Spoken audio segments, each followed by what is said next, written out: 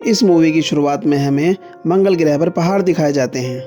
यहाँ पर कुछ साइंटिस्ट की टीम रिसर्च करने के लिए आए हुए हैं। मंगल ग्रह से इन्हें मिट्टी के 7 सैंपल चाहिए। एक टीम मेंबर मार्टिनियस से पूछता है, तुम क्या कर रहे हो? मार्टिनियस बताता है, मेव को सीधा खड़ा रहने में मदद कर रहा हूँ। मेव इनके रॉकेट का नाम है जिसमें बैठकर ये मंगल ग्रह पर आए हैं। और तभी इन्हें चेतावनी मिलती है, तूफान इनकी तरफ आ रहा है। तूफान ज्यादा भयंकर है। तूफान की स्पीड 8600 न्यूटन है। अब ये अपना मिशन खत्म करने की सोचते हैं और मिशन को रोकने की प्रक्रिया चालू करते हैं। ये लोग मेव की तरफ जाने लगते हैं और तभी तूफान आ जाता है। तभी एक टावर टूटकर वाटनी मार्क से टकरा जाता है। सब लोग मार्क को ढूंढने लगते हैं। तभी तूफान के कारण मेव झुकने लगता है। कमांडर सभी को ऑर्डर देती है, तुम सब मेव के अंदर आ जाओ, मैं मार्क को ढूंढती हूँ। तभी एक साइंटिस्ट कमांडो से कहता है, मार्क मर चुका है और हम आपको नहीं खोना चाहते। कमांडो अंदर आ जाती है और मंगलयान को टेक ऑफ कर देते हैं वापस जाने के लिए। अगली सुबह मंगल ग्रह पर टूटा हुआ मलबा दिखाया जाता है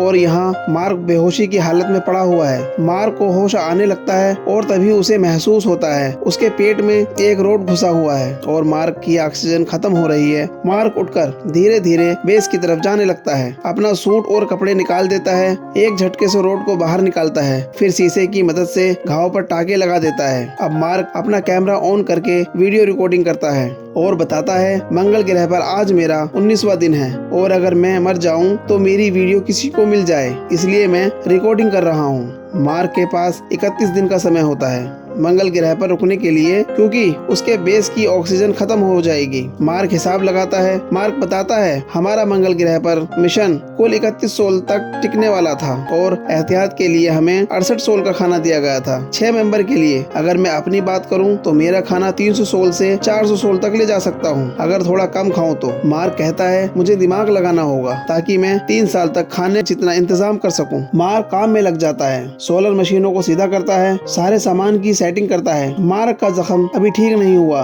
मार्क अपने बेस के अंदर पॉलीथीन से चारों तरफ घेराव करता है और फिर बाहर से मिट्टी उठाकर अंदर डालता है और एक छोटा सा खेत बना देता है ताकि खाने के लिए कुछ उपजाया जा सके। मार्क उस मिट्टी में खाद के रूप में अपने क्रू मेंबर का मल इस्तेमाल करता है और मिट्टी में आलू दबा देता है। अब उसे जमीन को उपजाऊ बनाने के लिए पानी की जरूरत है। मार्क 126 स्क्वायर मीटर जितनी मिट्टी तैयार कर लेता है। मार्क सोचता है, मैं यहाँ नहीं मर सकता। मार्क पानी बनाना जानता है। मार्क के पास सैकड़ों लीटर हाइड्रोजन पड़ा हुआ है। मार्क हाइड्रोजन को जलाता है और तभी विस्फोट होता है। मार्क फिर से कोशिश करता है और फिर आग जल जाती है। मार्क बहुत खुश होता है और फिर पानी बनने लगता है। इस प्रोसेस में 54 सोल का टाइम लग जाता है। मार्क देखता है एक छोटा पौधा उग गया है। पृथ्वी पर दिखाया जाता है नासा का हेड जितने भी साइंटिस्ट मरे हैं उनको श्रद्धांजलि देता है और कहता है, हम अपना अधूरा मिशन जारी रखेंगे। नासा स्पेस सेंटर विसेंट अपने बॉस नासा की सैटेलाइट को इस्तेमाल करना चाहता है। हमें मार्स के 5 मिशन के पैसे मिल चुके हैं और मैं 6ठे मिशन के लिए भी पार्लियामेंट को मना लूंगा। हमारा बहुत सारा सामान मार्स पर पड़ा हुआ है। हमें 6 मिशन पर जाने के लिए ज्यादा पैसे खर्च नहीं करने पड़ेंगे, लेकिन उसका बॉस मना करता है। Mindy park satellite communication NASA इसके पास विसेंट कपूर का मैसेज आता है, यह कोऑर्डिनेट चेक करो। वो चेक करती है, तभी मार्स पर उसे कुछ चेंज नजर आता है, मगर मुझे अब दूर की सोचनी पड़ेगी। नासा का अगला मिशन इरीज 4 है जो सीधा स्टार रैली लैंड पर उतरेगा, यानी यहाँ से 3200 किलोमीटर दूर है। तो इरीज का क्रू 4 साल बाद वहाँ आएगा, तो मुझे वहाँ पहुँचना होगा उस क्रिएटर के पास। अब परेशानी ये है कि मेरे पास 2 रोवर हैं। एक रोवर ज्यादा से ज्यादा 35 किलोमीटर जा सकता है, इसके बाद उन्हें हैब में रिचार्ज करना पड़ता है। मार्क रोवर लेकर चल देता है। चलते चलते रात हो जाती है और मार्क को बहुत ठंड लगने लगती है। मार्क कहता है, मैंने इस रोवर की बैटरी की पावर दुगनी कर दी है दूसरे रोवर के पुर्जे यूज करके, और अगर मैं हीटर चालू करता हूँ हर दिन मेरी आधी बैटरी जाया हो जाएगी। अगर हीटर ऑन नहीं करता हूँ तो ठंड से मर जाऊंगा। हीटर की मुश्किल हल करने के लिए radio stop thermo electric generator को खोद कर निकालना होगा। मार्क की टीम ने इसे आते के साथ ही जमीन में गाड़ दिया था और झंडा लगा दिया था ताकि हम लोग भूले से भी इसके पास ना जाएं। नासा का हेड ब्रूस से पूछता है, हमें मार्क के पास सामान पहुँचाने में कितना समय लगेगा? ब्रूस बताता है 9 महीने लग जाएंगे। हमें कोरोब को बनाने में ही 6 महीने लग जाएंगे। हेड कहता है 3 महीने में बनाओ, जितना भी पैसा चाहिए मैं इंतजाम कर लूंगा, नहीं तो मार्क मर जाएगा। मार्क बताता है 48 सोल पहले मैंने ये आलू जमीन में बोए थे, अब इन्हें काटने और नए बीज बोने का वक्त है। अब मार्क कुछ ढूंढने निकल पड़ता है और उसे वो मिल जाता है जिसका नाम पाथफाइंडर है। मार्क बहुत खुश होता है। मार्क पाथफाइंडर को अपने हब पर ले आता है और फिर उसे चालू करने की कोशिश करता है और फिर 2 पाथफाइंडर संपर्क में आ जाते हैं। मार्क बहुत खुश होता है। फिर मार्क दिमाग लगाता है पृथ्वी से बात करने की और वो अलग लैंग्वेज यूज करके बात करते हैं। विसेंट मार्क को मैसेज करता है, मार्क तुमने पाथफाइंडर को ढूंढकर कमाल कर दिया। हम तुम्हारे लिए खाना भिजवा रहे हैं और हम तुम्हें जल्द ही वापस लाने की कोशिश करेंगे। मार्क मैसेज पढ़कर बहुत खुश होता है और कहता है, शायद अब मैं मार्स पर मरूंगा नहीं। मार्क पूछता है, क्या तुमने क्रू को बताया कि मैं जिंदा हूँ? विसेंट बताता है, नहीं। मार्क भड़क जाता है और मैसेज में गाली लिख देता है और बहुत ज्यादा गुस्सा करता है। तभी मेव को दिखाया जाता है, अभी तक क्रू को पता नहीं मार्क जिंदा है। तभी उनके पास एक वीडियो मैसेज आता है।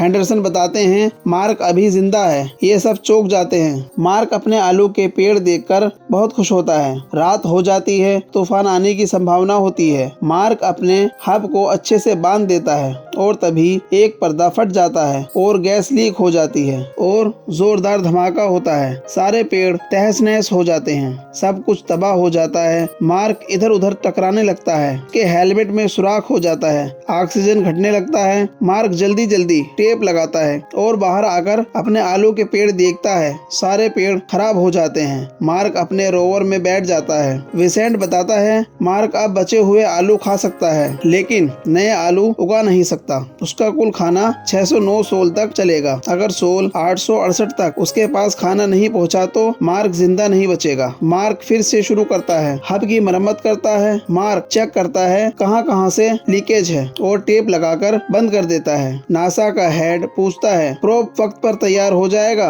विसेंट बताता है, 15 दिन का टाइम लगेगा। मार्क को कम कैलोरी का खाना खाना पड़ रहा है। हर रोज उसे ऐसे 3 टुकड़े खाने के बजाय 1 टुकड़े से काम चलाना पड़ेगा। आयरिस प्रोब में खाने का सामान डाला जा रहा है। प्रोब को लॉन्च करने की तैयारी करते हैं और प्रोब को लॉन्च कर देते हैं। प्रोब टेक ऑफ हो जाता है लेकिन उसमें कुछ कमी रहती है और प्रोब ब्लास्ट हो जाता है। जियो मिंगची कहता है, इनके एस्ट्रोनॉट के बचने का कोई चांस नहीं है। जू टाओ बताती है, हमारे इंजीनियर ताएंग सैंड बूस्टर को अच्छे से परख लिया है कि उसमें मार्स तक पहुंचने की क्षमता है। जियो मिंग कहता है, नासा को हम बूस्टर देंगे, नासा को बता दो।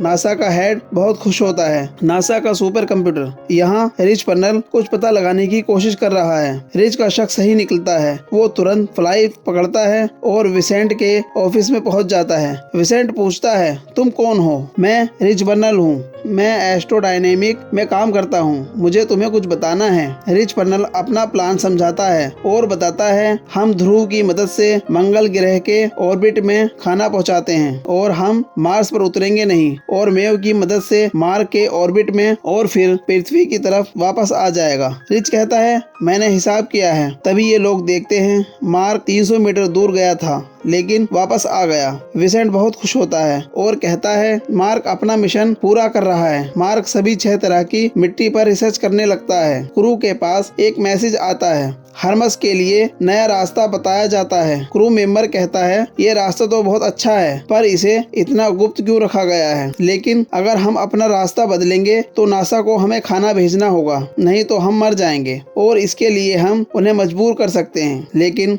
नासा हमें ये नहीं करने देगा और अगर हम रास्ता बदलते हैं तो हमारे मिशन में 511 दिन और बढ़ जाएंगे और नासा फिर कभी हमें स्पेस नहीं भेजेगा। और फिर क्रू फैसला कर लेते हैं और मार्क को मैसेज कर देते हैं, हम तुम्हें लेने आ रहे हैं, और अपना रास्ता बदल देते हैं। इसकी जानकारी नासा को तुरंत पता चल जाती है और वो देखते हैं कहीं कुछ खराबी तो नहीं आ गई। मार्क हिसाब लगाता है, हमें इसके ऑर्बिट में आएगा, मुझे भी मेव की मदद से ऑर्बिट में जाना है और वो मुझे ऑर्बिट में पकड़ लेंगे, यानी कि स्पेस में। अब मार्क के पास 200 सोल हैं, ये सोचने के लिए क्या क्या सामान ले जाना चाहिए। इधर नासा सैंग बूस्टर को टेक ऑफ कर देता है। 7 महीने बाद हमें दिखाया जाता है मार्क के बाल बढ़ चुके हैं। अब मार्क वॉटनी स्पेस में जाने की तैयारी करने लगता है। पृथ्वी पर सभी लोग उत्साहित हैं ये सोचकर कि मार्क वॉटनी को लाने का मिशन कामयाब होगा कि नहीं। मार्क भी अपना सूट पहनकर मेव में बैठ जाता है। मार्क वॉटनी रोने लगता है। मिशन स्टार्ट कर देते हैं। मैव उड़ जाता है। बहुत ही स्पीड से मार्क बेहोश हो जाता है। सब कुछ ठीक होता है। नासा इंजन बंद कर देता है। अब ये लोग हिसाब लगाते हैं कि मार्क को स्पेस में कैसे पकड़ें। मार्क को होश आ जाता है और वो देखता है कि वो अब स्पेस में है। कमांडर बताती है, तुम्हें पकड़ने की स्पीड बहुत ज्यादा है। मार्क कहता है, मेरे पास एक आइडिया है। मैं अपने सूट में एक छेद कर देता हूँ। उसमें से निकलने वाली हवा थ्रस्टर बन जाएगी और मैं उड़कर तुम्हारे तरफ आ जाऊंगा। तभी कमांडर कहती है, तुम दिशा और रफ्तार को कंट्रोल नहीं कर सकते, तुम्हारी दिशा बदल सकती है। कमांडर कहती है, शायद मार्क का आइडिया इतना बुरा नहीं है। मार्क ने जो तरकीब बताई है वो सही है। कमांडर कहती है, अगर हम वेल को उड़ा दे तो उससे हमें पावर मिल जाएगी। कमांडर कहती है, वोगल मैं चाहती हूँ तुम अंदर आकर एक बॉम्ब बनाओ। कमांडर नासा को बताती है कि हम वेल को बॉम्ब से उड़ाने वाले हैं। सभी चौंक जाते हैं। वोगल बम बनाने लगता है।